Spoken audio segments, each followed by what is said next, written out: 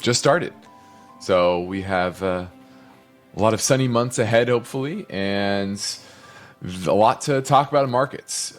Usually the summer months are kind of boring, but you had some fireworks in Russia over the weekend with the attempted coup, or whatever you want to call it. But it was certainly eventful for markets, and you saw a big shift in sentiment today. Markets didn't move a whole lot, which we'll get to, but there was some underlying currents that I think are important to watch. So we're going to dig into that today.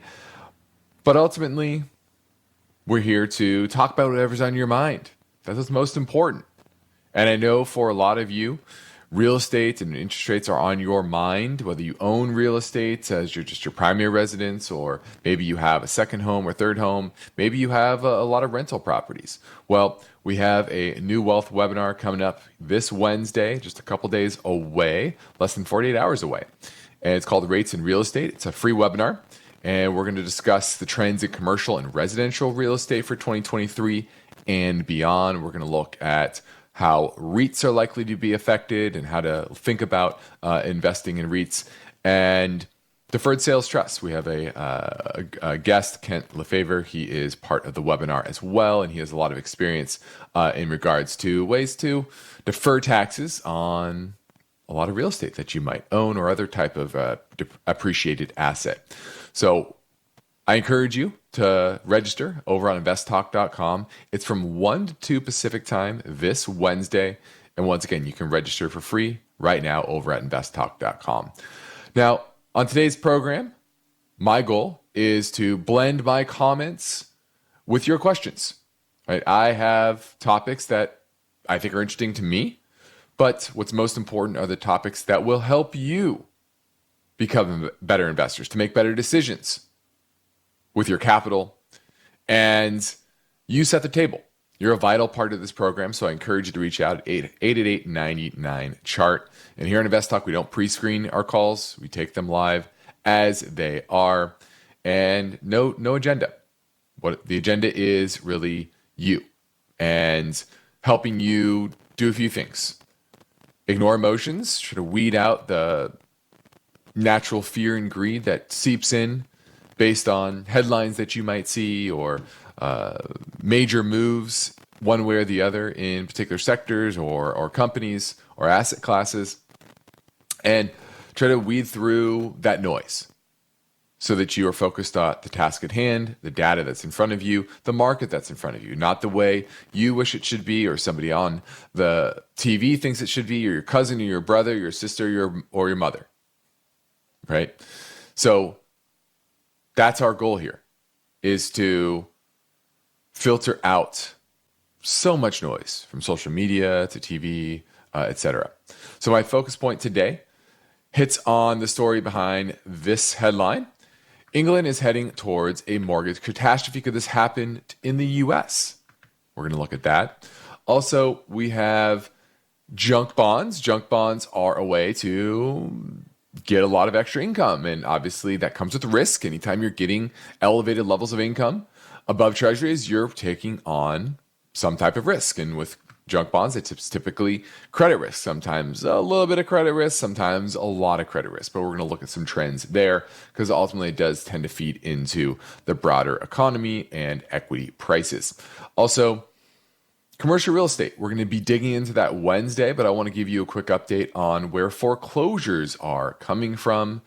And then lastly, what are the trends in store-bought brands, private label brands, excuse me. So we're going to look at that topic as well. We also have some voice bank questions. One is on Coinbase and Snowflake. And my perspective today looks into the yield curve and why it matters. So that's all planned for this episode of Invest Talk. And of course, your live calls as well at 888-99-CHART. Let's take a look at the market today. Now, after the attempted coup or general volatility within the political space of the Russian sphere, you would think that would cause some sort of maybe market scare. Well, not really. But there were some underlying trends, and you had small cap value up over 1% today, large cap growth down over 1% today. More broadly, the broad market, if you look at it based on market cap weighted indices, that was down about a third of 1%, whereas small and mid caps, they were up about 0.6%. So you're starting to see this trend emerge, a reversal from what's really happened since the beginning of the year, which was growth outperforming, large caps outperforming, and now small and mid cap are starting, and the value side are starting to outperform as well. So what does that entail? Is that a more of a focus on hard assets? Oil was up nicely today. Gold was up. Natural gas prices were up. So this is an emerging trend that doesn't surprise me. I always thought that this move of those large cap growth names having a counter trend rally was that a counter trend to a broader, longer term downtrend or correction in valuation, where growth stocks were drastically overvalued, value stocks were drastically undervalued, and they're going to probably over many years swing the other way. That's what happened post dot-com bubble 1.0 from 2000 to 2007, and then it reversed the other way. So these pendulums tend to swing over the long term and the short term as well. So an interesting little reversal today that we'll see if it has legs, see if we get follow through into the end of the week and end of the quarter, which comes up here at the end of the week. All right. Now let's head over to our first listener question now. Hi, Justin or Steve. I was looking to add more industrial exposure to my portfolio, and I came across XLI. I looked at their top 10 holdings, and I like Caterpillar and Deere, ticker symbol CAT and DE. They're similar, but Deere has more emphasis on agriculture, whereas CAT has more on heavy machinery. I was wondering which you thought was better, or maybe I can just buy both. Also, if I can get a good entry point, that would be much appreciated. Thank you so much. We appreciate everything that you guys do and learning from the podcast. Goodbye. All right, looking at Deere and Caterpillar, and you're correct. Similar in a lot of ways in construction, mining, machinery type of sectors. And Caterpillar is the premier manufacturer of heavy equipment, locomotives. It's the world's largest manufacturer of heavy equipment with over 13% market share in 2021. And Deere is the world's leading manufacturer of agricultural equipment. And, you know, that's the biggest brand within that space. Now, both are very good companies. However, they're obviously going to differ a little bit depending on ag prices. Deere is going to be reliant on that, whereas Caterpillar more reliant on heavy construction. And I think long-term, Caterpillar is probably the better play because of its consistency. Even in down markets, it still tends to have return on equity in the low teens. In good times, it has return on equity 30-40%. Okay. And Deere, it does well also, but it's a little more volatile. And, you know, it's really a play more on what you think is better. Now, Caterpillar, that one has a better balance sheet, a little bit lower debt, which I kind of like. Its payout ratio is only about 38%, whereas Deere, that's about 66%. So there's more room for Caterpillar to up its dividend, which I kind of like.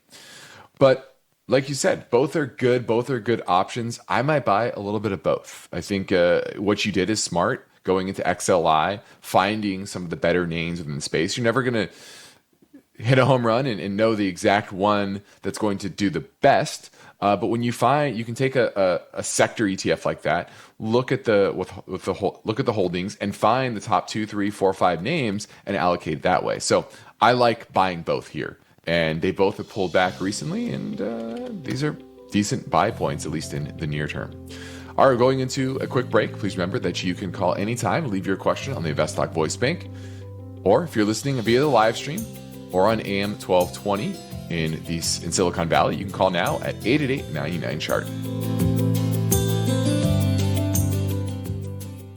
KPP Financial invites you to join us for a new InvestTalk Wealth Webinar, Rates and Real Estate. You'll gain valuable investing insights for the commercial and residential real estate markets of 2023. We will also explore the world of REITs and delve into a comprehensive analysis of the Deferred Sales Trust, a real estate tax deferral strategy. The InvestTalk Wealth Webinar will take place on Wednesday, June 28th from 1 to 2 p.m. Pacific Time, and it will be led by InvestTalk host Justin Klein, along with KPP Financial Portfolio Manager Luke Guerrero. This complimentary webinar is your opportunity to learn from top finance experts in the industry. So go to investtalk.com, register for this free wealth webinar. Rates and Real Estate.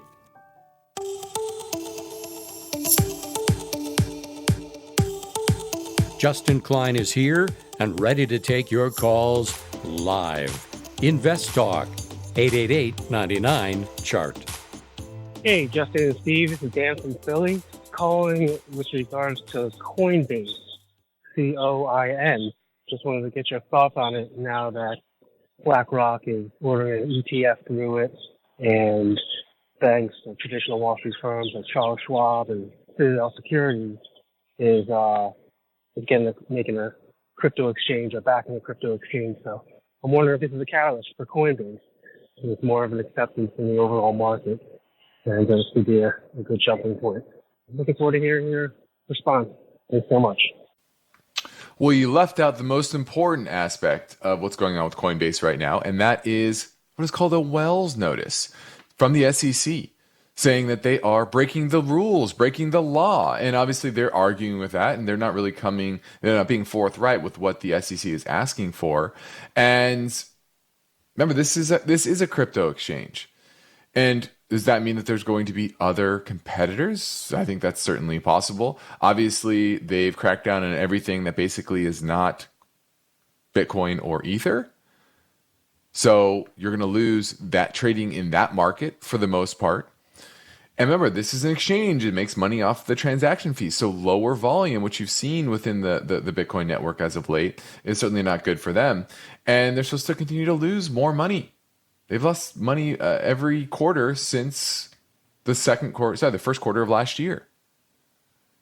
Then you add on the Wells notice. You add on the pressure within the space when it comes to regulation. I think this is a stone cold short. Stone cold short. Now, the biggest worry is obviously a short squeeze. Short interest is at about 40 million shares. That's probably the biggest worry because the float is about 140 million. So you're talking 25 to 30% of the float is short. That would be my biggest worry, is just not from a fundamental perspective, just short-term, short squeeze. They just continue to issue more and more shares. That's how they're staying afloat, because their free cash flow trailing 12 months is $1.1 billion. And how is this done since the rally in growth stocks? It's gone up, but this is bearish. These are not the names that you want to be playing with. Companies that are cash flow negative, that are issuing more and more shares day after day, week after week, month after month. You want them to be doing the opposite. You want cash flow positive. You want them buying back shares, paying down debt. This is the antithesis of a good buy, which typically means it's a good short. But obviously, a short squeeze is the biggest risk here, not the business doing well, because it's going to continue to struggle. Now we're heading into a break. I welcome your finance and investment questions right now. No question is too simple or too complex. You set the agenda. So give InvestTalk a call at 888-99-CHART.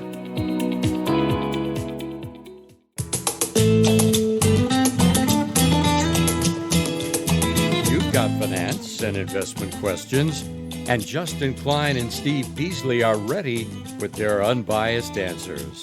Don't forget to call InvestTalk, 888-99-CHART. Let's go talk to Nick. He is in Manhattan Beach. He wants to talk about Zoetis. Yeah. Hey, Justin.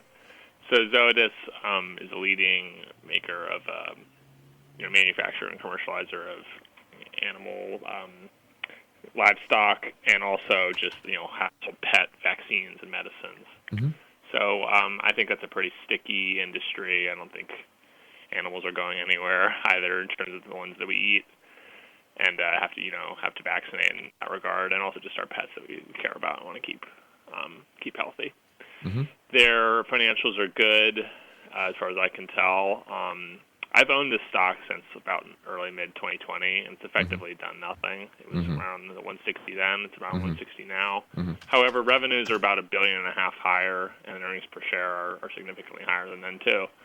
So I'm wondering. I think it's a little bit undervalued. As I said, I own it. I'm wondering whether to add more or just get out. What do you think? Well, first thing, what makes you think it's undervalued? And B, why do you think it hasn't gone anywhere since you bought it if the underlying business has improved?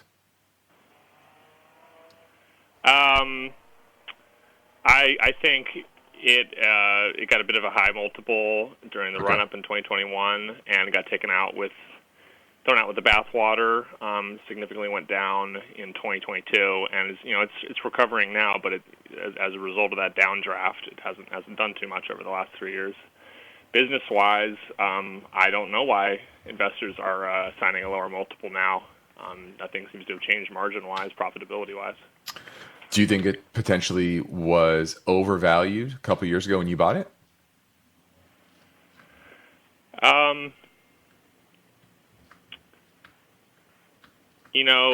Looking at the profit price to earnings ratios, they've always been in the 40s, mid 40s, low 50s, high 30s. And what was the growth? And what was the growth rate back then? They were growing sales 6 or 7% a year, and I see now that in 2022 they only grew 3.9%. So yeah, a bit of a slowing in sales. Yeah. So this is what I'm trying to do is lead you to the answer here. And the simple answer is it was overvalued when you bought it, and it continues to be overvalued. Now, it's not as overvalued as it was back then, but it continued to trade at a 30 plus multiple. And when it was growing its revenue 20+% year over year, in the second quarter of 2021, revenues were up 26% year over year. And it was a strong grower for 5-7 years before that. Now the last 3 quarters, you have 1% revenue growth, 4% revenue growth, and 1% revenue growth year over year, and 1% decline in earnings, 15% increase in earnings, and 3% decline in earnings.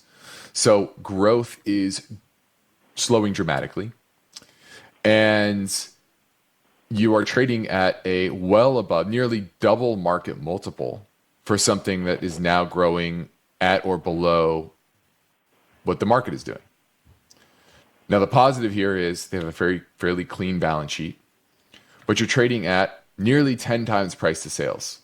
And if you've listened to any length of time, you know that anything 10 plus times the sales is extremely rare to be profitable, to that being a good investment over the long term because of the type of growth that is needed in order to grow into that multiple. Not growth for 1 year, but talking about the next 5-10 years. And after already a long runway of growth, they have very high market share and their growth is going to be relatively muted. And then if you look at the recent relative strength, they've rebounded, like you said, with a lot of the growthier names in the market since the beginning of the year, but it's now starting to underperform pretty dramatically. And I think this all is a process that is maybe halfway done of correcting into a more reasonable multiple that is probably still above the market, but should it be trading for double a market multiple? Probably not.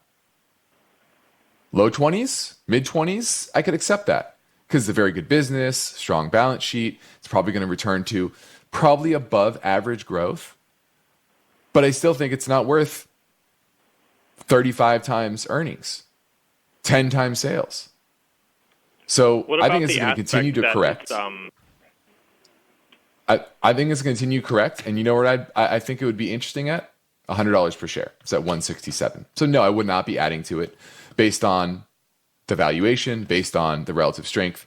I think this is in a multi-year period. You're in year, 18 months in to a multi-year downtrend that's going to correct probably to a level where it will be cheap again.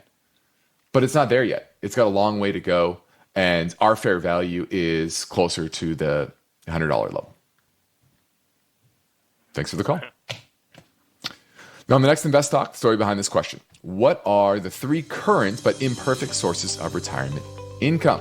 Treasury bonds and tips ladders are backed by the U.S. government, while annuities ease the danger of outliving one's money. However, each have their drawbacks. Steve will get to that story tomorrow, but for now, I'm Justin Klein. I'm ready to take your questions live at 888-99-CHART.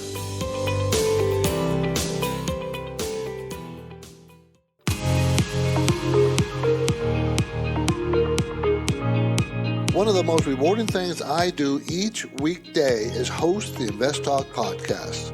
I truly enjoy helping investors, and I know that every question counts and every answer I provide will be unbiased. You, the caller, get to chart the course for each InvestTalk podcast.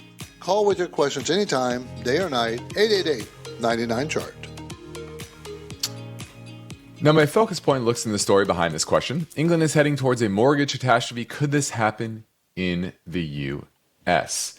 And just last week, the Bank of England increased rates by 50 basis points to 5%, kind of in line with where we are here in the Fed. And this is a bigger increase than the market had been expecting. The BOE's 13th consecutive rate rise, and this takes the level to the highest level since 2008. And while what you see here in the U.S. is the golden handcuffs, right? People locked into those 3% mortgages. In the UK and a lot of European countries, the 30-year mortgage is not really the norm. They have more floating rate debt that tends to reset as interest rates move. And this is going to affect millions of people in the UK. And the National Institute of Economic and Social Research came out with a report, and they think that the total proportion of insolvent households will rise to nearly 30% due to these rate increases. And they see this taking out about 0.3% of the UK GDP and increasing the cost of mortgages by £12 billion per year. They say the monthly mortgage repayment will rise by nearly 50% on average, 50%, 50. And that's above the typical stress test when they give out these loans. And fixed rate monthly mortgage payments will rise from around £700 to £1,000 on average. And this applies to nearly 2 million households who need to be remortgaged. So they call it remortgage, refinanced, okay? And they gave some suggestions to the UK government, which is forbearance agreements, which allow households to agree to repay based on what they can afford, based on their income. And I'm sure that they will take them up, right? There's political pressure to keep an economic crisis from really snowballing. And that's this typical human action, which is look at the last crisis and do whatever they can to avoid that last crisis. And governments tend to step in.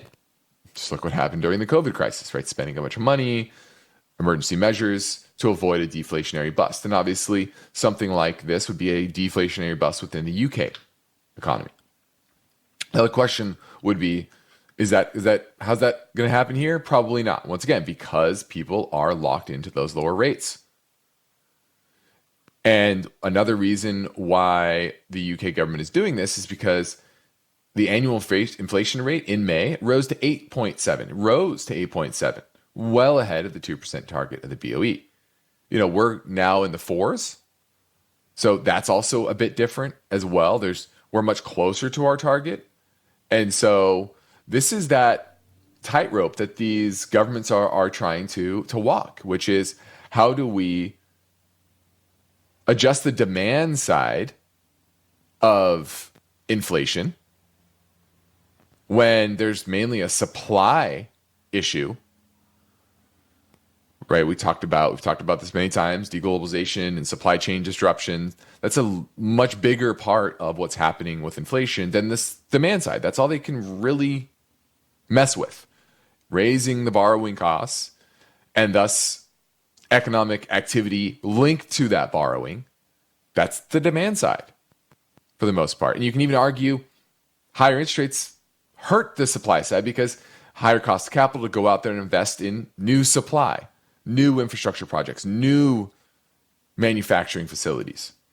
I would argue raising interest rates is not having the desired effect that they typically did in the past. And then add on top of that, the massive amount of government debt out there. Well, when the government's now paying 5% of their debt, suddenly that's money going into people's pockets and driving more consumption. So I think central banks are using tools that are a bit outdated and aren't adjusting for what's the cause of inflation right now. And while they're doing that, in parts of the market that are interest rate sensitive, they're creating problems like this. So it's a very interesting dynamic to see how they tiptoe around all this and not blow something up. Now, the good thing is they've figured out how to not blow things up, right? Inject liquidity when needed. Develop programs that prevent major banking crises. Let me rephrase that. Prevent major banking crises from spreading. So I thought this was an interesting topic because it really highlights what's happening overseas and in other markets where there isn't that fixed 30-year fixed mortgage that most people have. We're more of an anomaly. And you have to maybe count our lucky stars that we've set it up that way, even though there are other problems with that as well. Now let's quickly squeeze in another caller question here that came in earlier on 888-99 chart. Hi, my name is Duncan Forbes from New York. Just had a quick question about the stock Snowflake, SNOW. As a longtime listener, I know that tech stocks are obviously not in favor right now. Everything that you've taught all of us, I've maximized a lot of dividend and value stocks, but I think I'm ready to take a little bit long-term risk. So that's why I'm looking at a little bit of growth stocks. I would just like to know the entry point and if this cloud-based is a good investment overall, just for long-term. Looking to put this in my Roth IRA account and my brokerage account. Thank you very much for all that you do. Bye.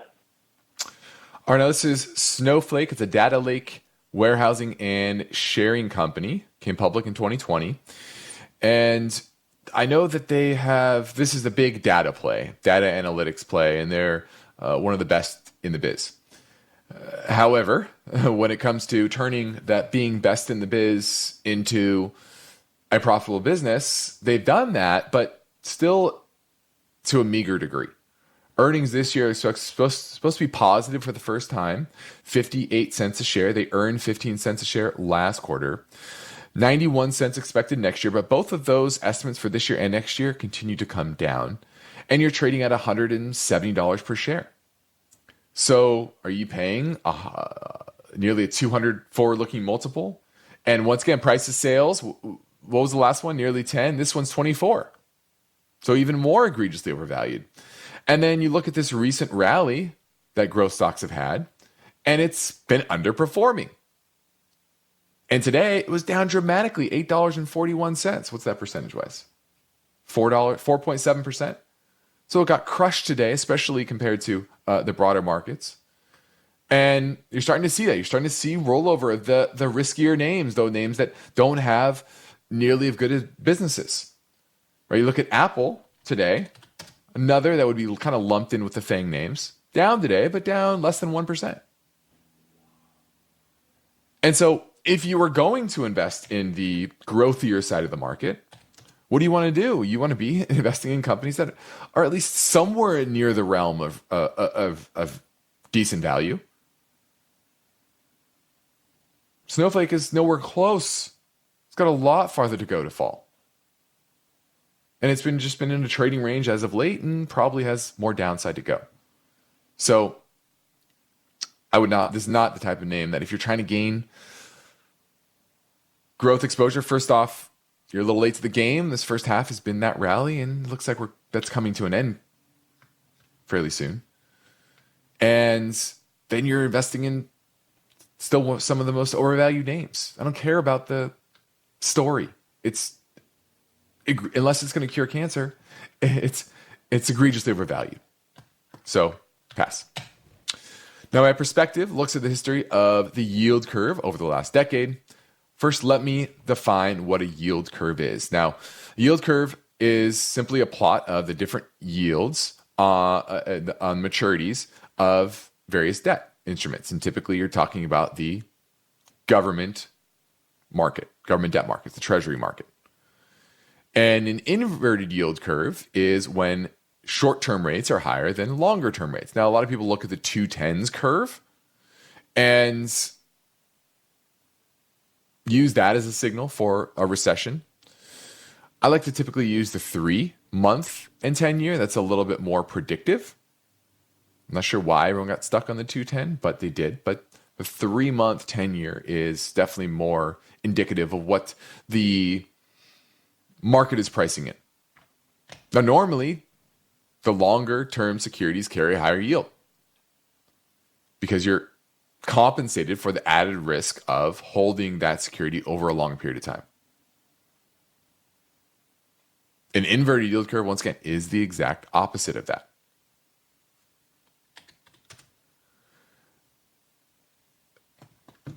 Now, effectively, investors commonly demand a premium to commit to investments that are longer in term, and this is what is called the liquidity preference. Liquidity preference meaning all things being equal, you rather get your money back sooner if you're going to get the same yield.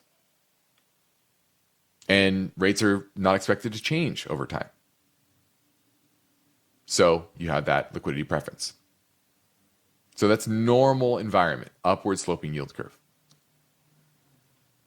Now, when the yield curve is inverted, it's driven by investor concerns that, yes, the economy is going to weaken in the future, the Fed is going to cut rates, and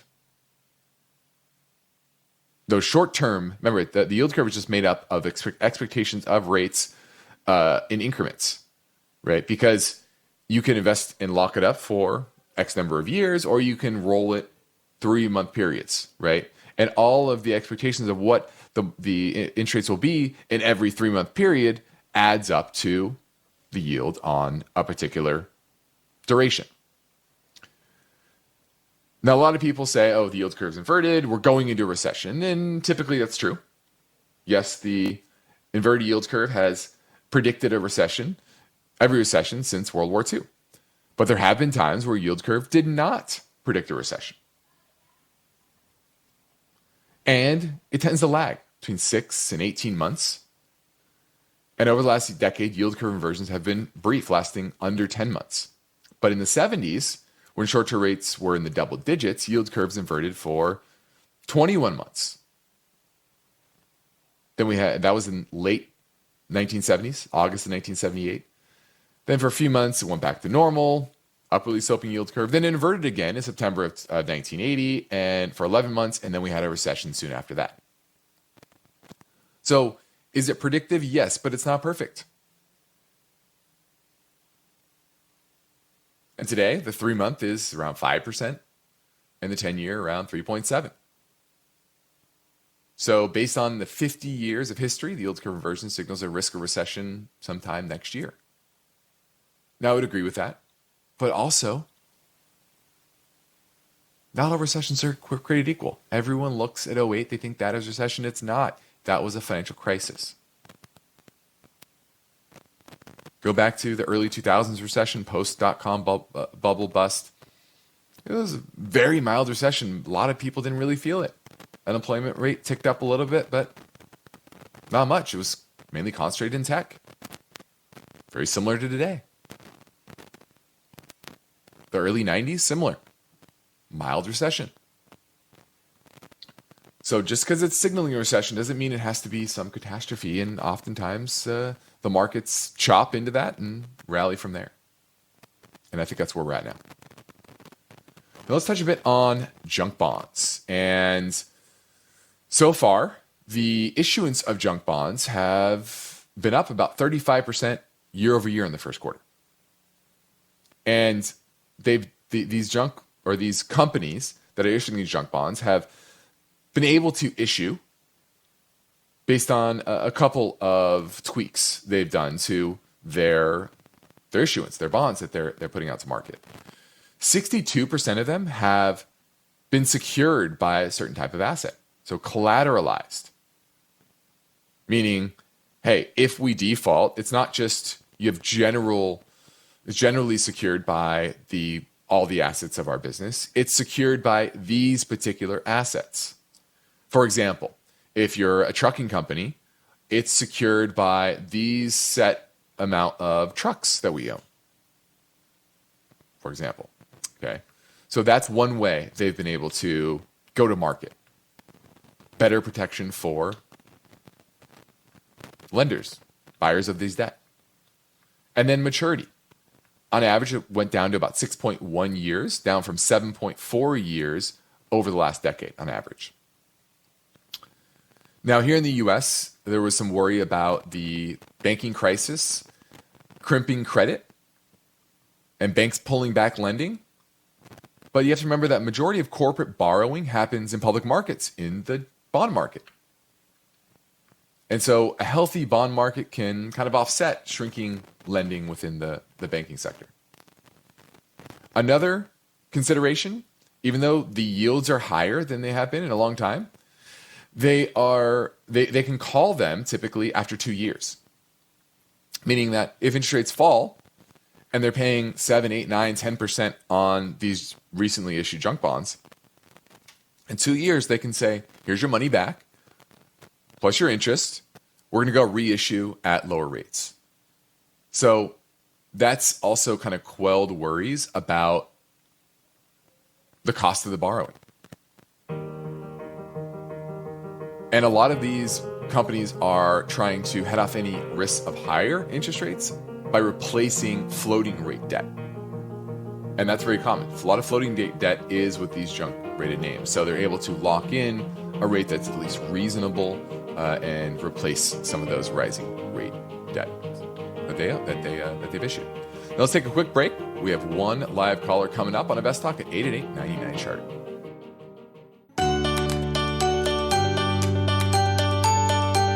The stock market is volatile. It's constantly changing. So how are you positioned? Is your portfolio properly balanced, or are you taking unnecessary risks? You can get guidance anytime for free if you go to investtalk.com and take the brief Riskalyze quiz. Let's go talk to Sammy in San Francisco. He's asking about Apple. Hey, Justin, thanks for taking my call.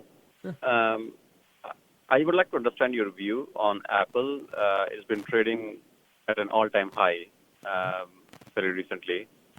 And some people are saying there's going to cut in half given their growth rate, right, which has been kind of slowing. I got in at around 122, and I'm just kind of wondering if I should just dump and run, because I don't want to wake up one day and see the stock trading at less than $100 without having split. What are your views on Apple?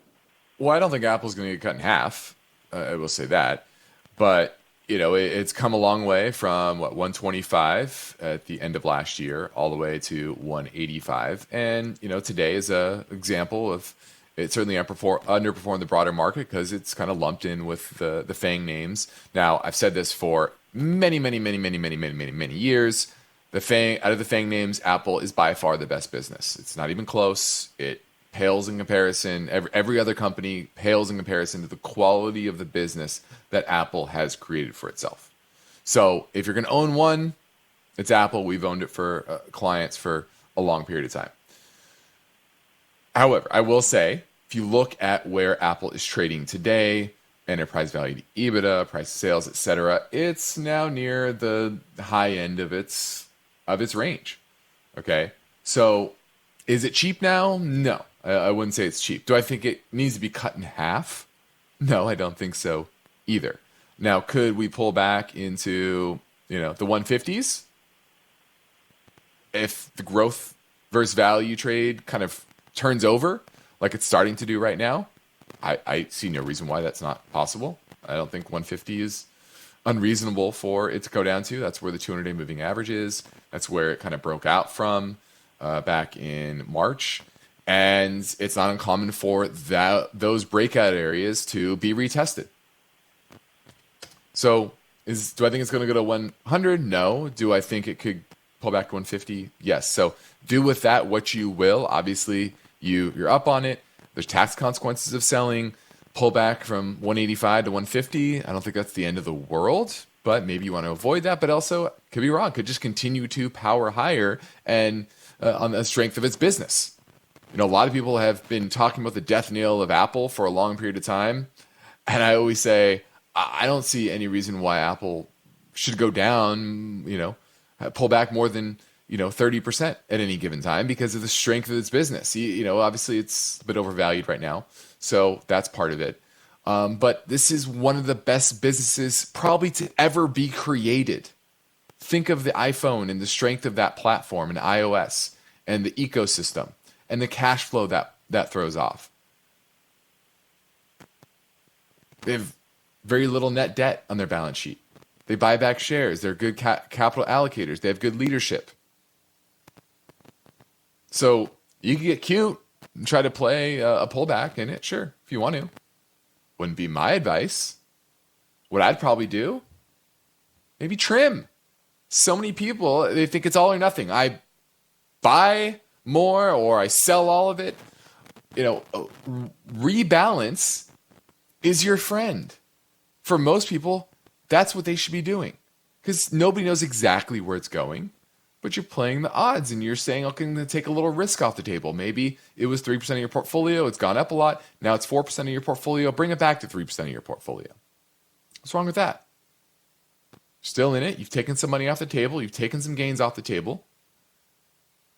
Investing is not an all or nothing proposition.